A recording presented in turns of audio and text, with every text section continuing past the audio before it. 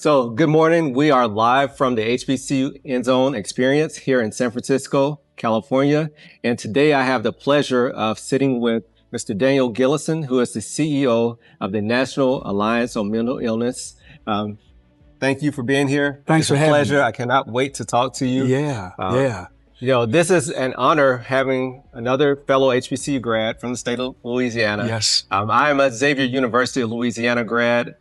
Southern University here. Yes. I chose to wear my Xavier because I'm currently the team physician for Jackson State. And I figured Xavier might be more well received than Jackson State. So I have the honor of being a board member with Tracy Wright and the HBCU Endzone. And I'm just very excited about the work that she's doing. And I really am excited about the collaboration between HBCU Endzone and NAMI. So this year I was actually, when I was coming on the board, was right when we were starting the college experience with NAMI. So we were able to get several colleges that I'm affiliated with involved. So I would first like to just start off with, how did your course bring you through? I know you're at Southern University. You were a tennis athlete.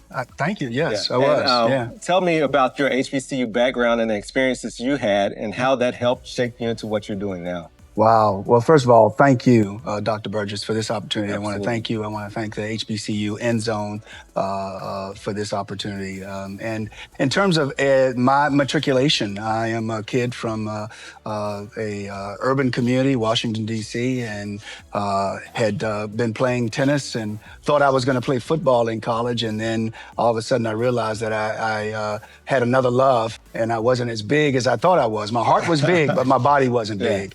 And I wanted to play, D1. So once I realized that that wasn't going to be my experience, I was able to pivot to this other sport called tennis, and got very lucky to get a scholarship to go to Southern on a tennis scholarship.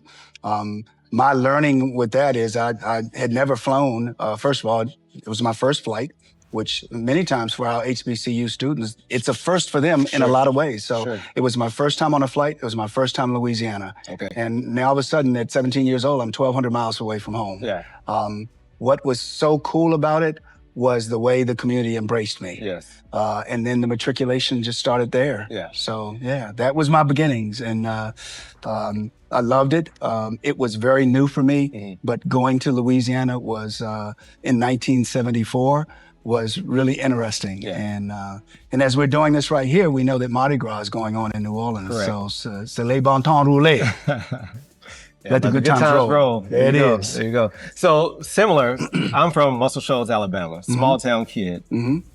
Get that box in the mail. I get my t-shirt that says, I've been accepted to Xavier, which at that time Xavier was putting out over 100 African-American students into medical school, dental school yearly. So it was a no-brainer for me that I wanted to become a doctor. This was the place to go. Now, for my mother, who has an 18-year-old son who's never left a town of 15,000 people going to New Orleans, I can only imagine the sleepless nights and all the prayers that it took to allow her to get there. But I went from being one of few to one of many. And that was an eye-opening experience for me, and the way that we all embraced each other and we were all pushing towards a common goal. So I cannot take anything for my experience at Xavier and just an HBCU in general. The HBCU experience for me was fantastic. Since then, my son is a graduate of HBCU, Howard University, so we've kept it in the family. I met my bride at Southern, and we've been together 44 years, married 44 years. So overall, and the other thing is mentorship. The mentorship I was able to acquire and blessed with at Southern led me to the beginning of my career was because someone saw something in me and had a suggestion that I go apply for this internship. And that internship turned into a job, and that job turned into other opportunities, which would never have happened if someone did not take the time to look at me and see me for who I was. And that happened at Southern University. That happened at a HBCU, and it happens for many of us at an HBCU. Absolutely. So we have a lot of parallels. I met my bride in your hometown on Georgia Avenue. Hello. In Washington, D.C. There you go. Both I was a medical student. I was finishing up medical school. She was in dental school, and we just happened to meet right there on Georgia Avenue. So, but the thing you brought up was mentorship. Yes. And being able to be around people that can see. You might have some things that don't make the marks. Your scores might be a little low. You might not have this, or you might not have that. But to be in an environment where people can embrace you and see, okay, I see potential. And if I can pull this potential out of him, I know what he can do for this world and for himself and for his family. So I feel that that is very unique many times, because I see a lot of students and I see the potential, and they are on this big campus, and I say, who is your mentor? Oh, they told me, don't apply for medical school. Don't apply for this school. Your scores are too low. And I'm like, no, this is the perfect time. If you wait later, then it might be over. So let's speak a little bit about the HBCU experience and bringing out the best in your students. For me, the word is hope. Yes. HBCUs inspire hope. They inspire the possibilities. And they challenge you to go after the possibilities, not what you can't do, but what you might be able to do, what you can do. And I would say that, you know, it's not lost on me that professors at HBCUs could go to other universities. Absolutely. Many of them are at HBCUs because they care. Right. We say something at NAMI all the time. People don't care how much you know until they know how much you care. Absolutely. One of the things I can tell you about the HBCU experience is these are administrators and professors that care. They want to see you be successful, and they want you to believe in yourself. Many times that's the other thing, is that you don't necessarily come to that university with total belief in what you can be, what you can do, that you can be an orthopedic surgeon. Correct. And you have that person, or an attorney, or an architect, or an engineer. Say, no, keep going. You can do this. It's in you. Yes. And then the other thing is that you have many professors that, you know, will challenge you and will push you as hard as they can. And sometimes you'll say, you can't stand that professor. But they're trying to do something for you that years later, you will be grateful for. Absolutely. And what we called it was How Hard University, right? Because we knew that if we could get through what Howard was challenging us with, and some of the obstacles that we had to overcome, that was preparing us for life. Yeah. Because now everybody wants to measure grit, right? On the football field, in the corporate world, in the medical world, everybody's trying to figure out, how do you figure out this person has grit? I see that they have the clinical acumen. I see that they're smart. But when they meet this first obstacle, are they going to fold, or will they push through? And I think being in an HBCU environment, we're met with obstacles many times early on. Oh, from the get-go. From the get-go. Straight up. Before you even make it to campus. Yeah, buddy. You know, how am I going to pay for this tuition? Yep. I've recently gone through this experience with a college student. How am I going to get to college? Okay, now they accepted me. They're asking for, you know, I have to put money in 2 weeks. I don't have that money. And if not, they're going to take my enrollment away. What do I do? You know, that panic mode. And it's like, okay, congratulations, but. So, and that's a real situation for many of our students. And having an organization like HBCU Endzone, like NAMI, to fill those gaps, I think is very critical. Yeah, well, we do so much in terms of NAMI on campus, and youth and young adult work, and our Divine Nine outreach. So we're trying to make sure that we are part of the ecosystem of what an HBCU experience looks like. And the Divine Nine is a big part of that. NAMI on campus, where you know, because we know that it's all about community. It's about coming together. And NAMI on campus is a college program, as well as we're doing it in high schools now, but it's where you bring the students together to talk about mental health. You know, Dr. David Satcher, the 16th Surgeon General, he said, he coined the phrase before the World Health Organization, there is no physical health without mental health. Correct. A lot of times, Doc, we think about from the neck down. Correct. We don't think about from the neck up. So that's part of what NAMI is doing in terms of its outreach and its partnerships and collaboration with HBCUs and the Divine Nine and some of the other work. I would also offer to you that, you know, HBCUs are just incredible think tanks and test tubes for the possibilities. And if you can see it, you can be it. Absolutely. So it's important that our young people that started at HBCU can see us. Because if they can see us, then they can see themselves. Because they see themselves in us. I agree. So let's take a step back. So NAMI, National Alliance on Mental Illness, the nation's largest grassroots effort. to take care of not only mental illness patients, but also the families and the people that impact their lives. Yes. So would you just tell us a little bit about your mission, Yeah. your role with NAMI? Yeah.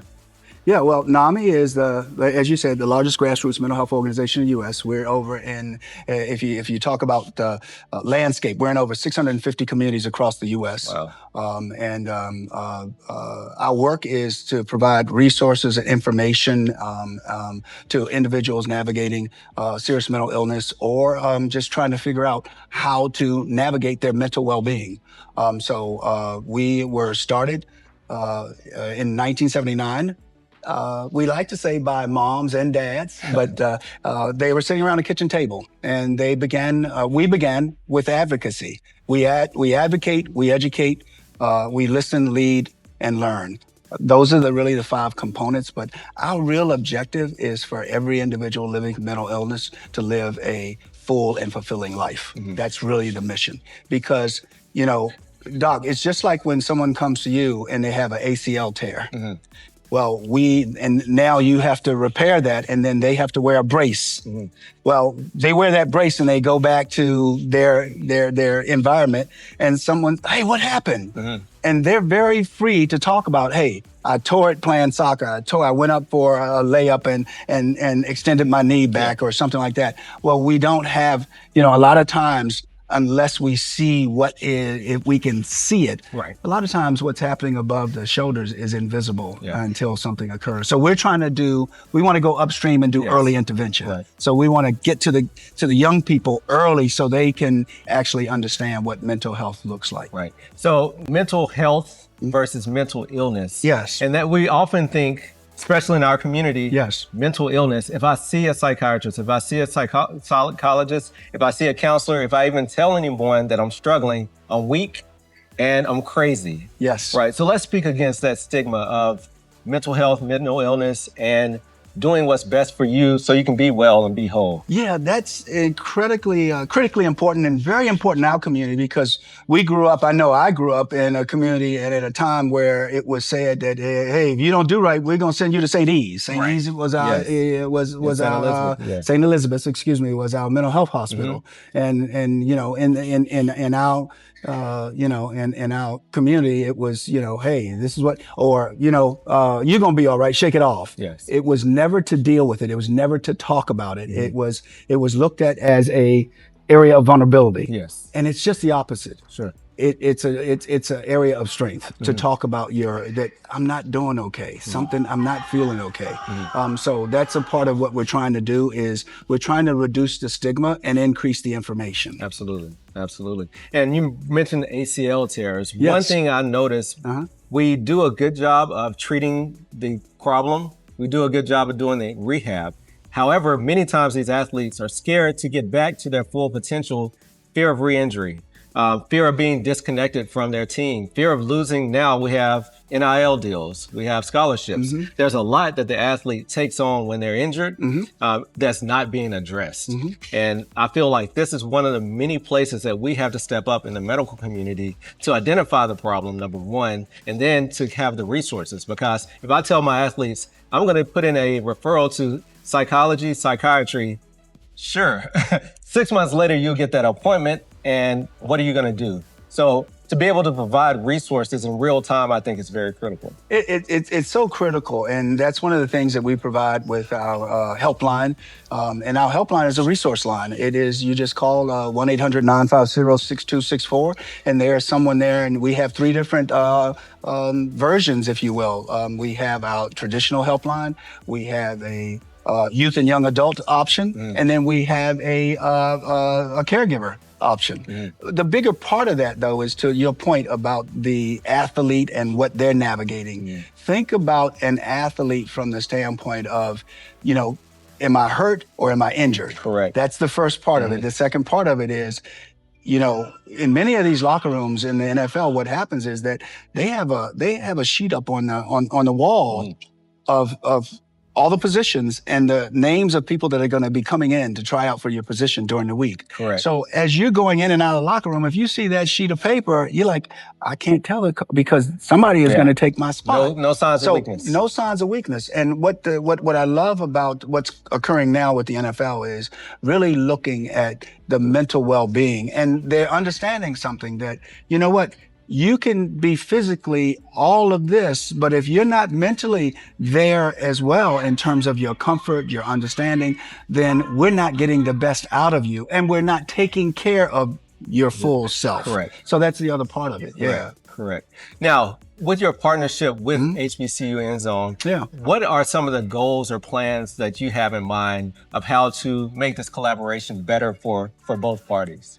The connective tissue, the conversations, the engagement, making sure that our HBCUs see us, that we provide a judgment-free environment for them to talk about how they're doing, and we can encourage them to actually look at the different resources to take care of their mental health. So, and our objective is to make sure that, you know, a lot of times with HBCUs, they will see an organization come and say, we care about you, we're going to be there, and then they leave. We need consistency. So that's the other thing of it is we want to be, and we want to actually partner with the universities and help them be the resource. Now, this has been a very helpful conversation. Now understanding more about your missions and what you do, because I take care of athletes at Jackson State University, at also Alcorn State, Mississippi Valley State, and many times they're spread out across the state. And it's hard to be in all those different places at the same time. But now we have the ability with telehealth and remote learning and call hotlines, like you're saying, to be able to be there in an instance. I think that's very important. So now I'm better equipped of how I can, you know, help my athletes better. It's wonderful what you're doing. And I want to back up a second and talk about, I want to reflect back, because I went to school a long time ago in 1974 through 78. And I remember some real moments of depression, you know, and I even wrote a prose that that was actually selected to put in the newspaper about, you know, Depression in Me. That was the title of it. And it was something that many young people navigate. And I was navigating some lonely, isolated, dark moments of depression. And that was because of being so far, 1,200 miles away from home, feeling like, you know, I didn't know anyone and didn't have any money.